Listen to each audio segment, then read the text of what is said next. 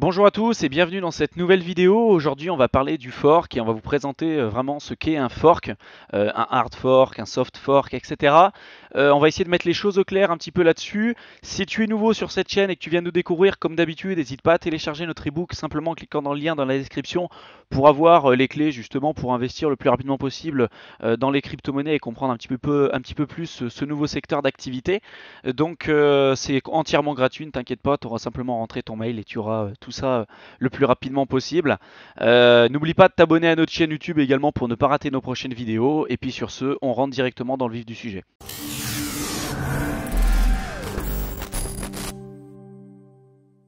Alors du coup, même si nos vidéos traitent en général exclusivement bien évidemment des crypto-monnaies, veuillez noter que le thème fork, ou bien évidemment fourchette en français, c'est utilisé plus généralement dans le domaine des logiciels. Un fork, c'est en quelque sorte une mise à jour, une mise à niveau d'un logiciel, d'un protocole en vue de le faire évoluer. Dans les crypto-monnaies, c'est la même chose. Tout comme n'importe quel autre programme informatique, le code d'une crypto-monnaie peut être amélioré et modifié pour permettre justement à la pièce de prospérer avec le temps. Très simplement, on parle de fork lorsqu'une blockchain se scinde en deux branches.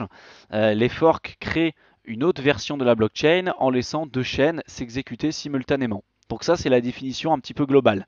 Derrière, il y a deux catégories. On va avoir ce qu'on appelle les soft forks et les hard forks. Donc, dans un premier temps, les hard forks. Les hard forks, ils apparaissent généralement pour l'incorporation d'une nouvelle fonctionnalité ou en raison de la modification des règles particulières comme la taille des blocs ou le changement de la fonction preuve de travail par exemple.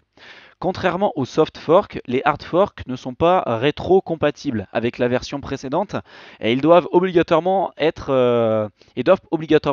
appliqués. Les hard forks représentent une divergence permanente par rapport à la version actuelle d'une blockchain. Les transactions qui sont effectuées sur l'ancienne chaîne de blocs ne sont pas reconnues sur la nouvelle et vice-versa. Donc on vous aura mis bien évidemment un exemple à l'écran pour que ce soit plus simple pour vous à comprendre.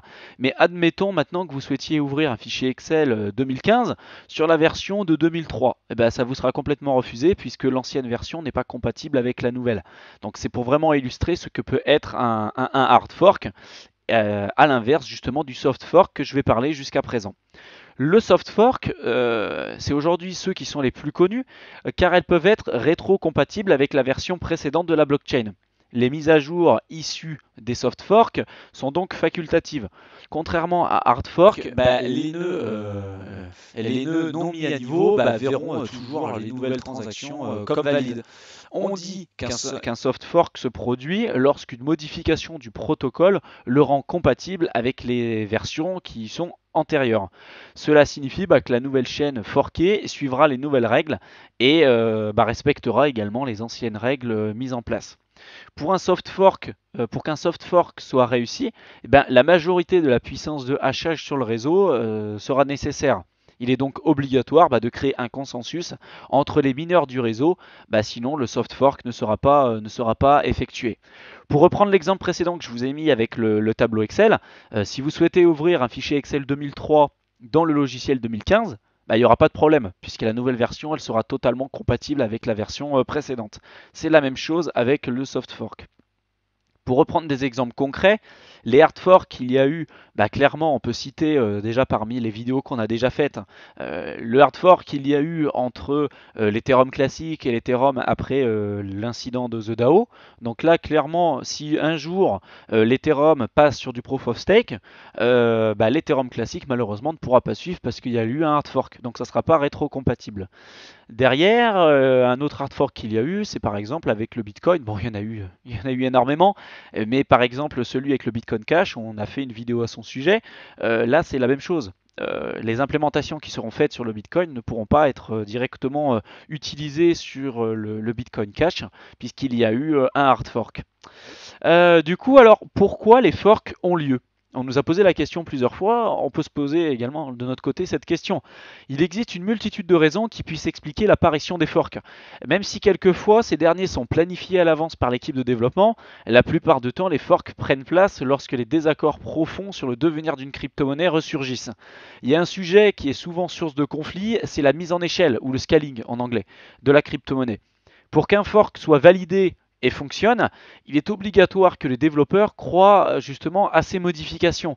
Le fait que le code des crypto-monnaies soit open source signifie que tout le monde a la possibilité d'utiliser et de modifier le code comme il le souhaite. Toutes les crypto-monnaies n'ont pas de système de gouvernance ou de système de vote ou bien de référent attitré. Les forks, par exemple, sont très nombreux sur ce genre de crypto-monnaie et celle qu'on peut avoir en tête directement, c'est le Bitcoin.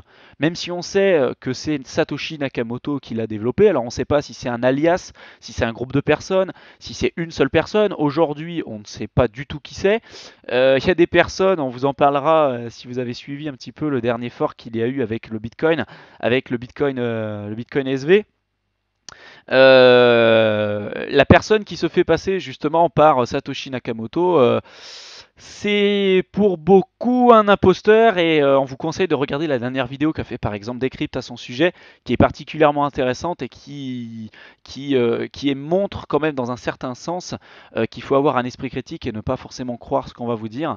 Et clairement, le dernier fort qu'il a eu avec le Bitcoin SV, bah, c'est une personne qui s'est dit eh ben, je vais utiliser un petit peu la notoriété de Satoshi Nakamoto pour sortir ma propre crypto-monnaie, qui d'ailleurs, si vous lisez la roadmap et le white paper, n'apporte pas de plus-value par rapport à ce qui existe déjà.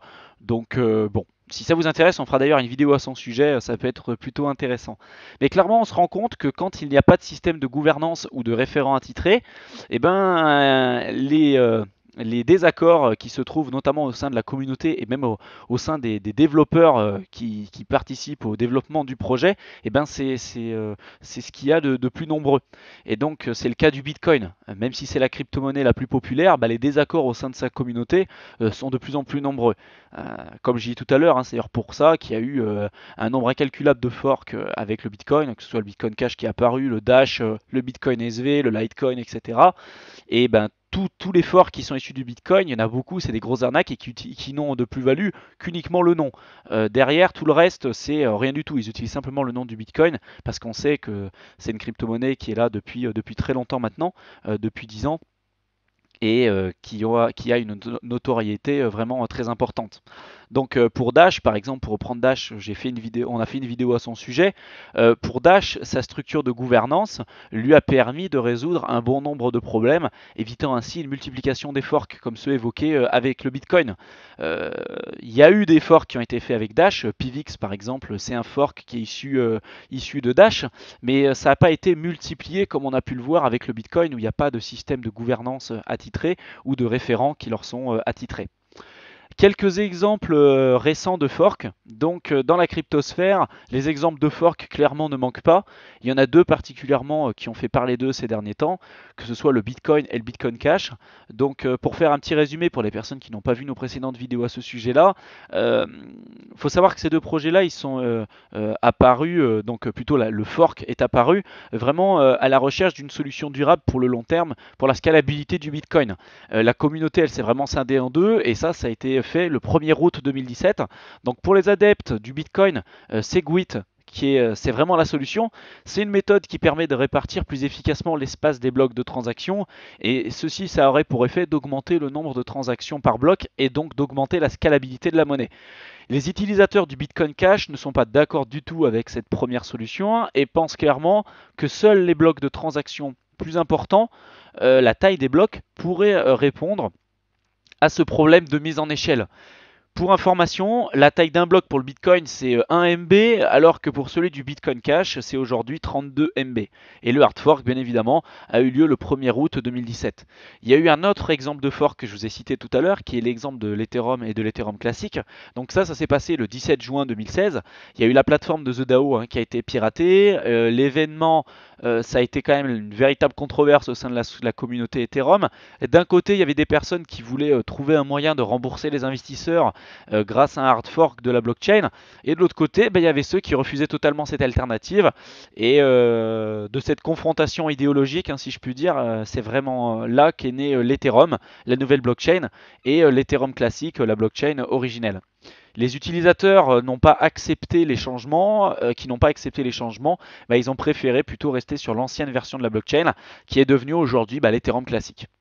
Donc maintenant, je vais vous mettre un petit peu un schéma récapitulatif en image pour vous montrer à quel point le nombre de forks est important pour le Bitcoin. J'ai pas pu tout mettre clairement, mais le nombre de forks pour le Bitcoin, c'est juste impressionnant. On a eu par exemple le Litecoin, le Bitcoin Cash, le Bitcoin Gold, le Zcash, Katum, on a eu le Bitcoin Diamond, Peercoin, Digibyte, pardon, on a eu le Redcoin, on a eu Viacoin, etc. Enfin, je vous mettrai un schéma à l'écran pour que vous puissiez suivre, mais clairement c'est juste faramineux. Et en plus, après derrière, si on prend les forks déjà de forks qui ont déjà été effectués sur Bitcoin, donc des forks de forks, là pareil c'est un nombre incalculable.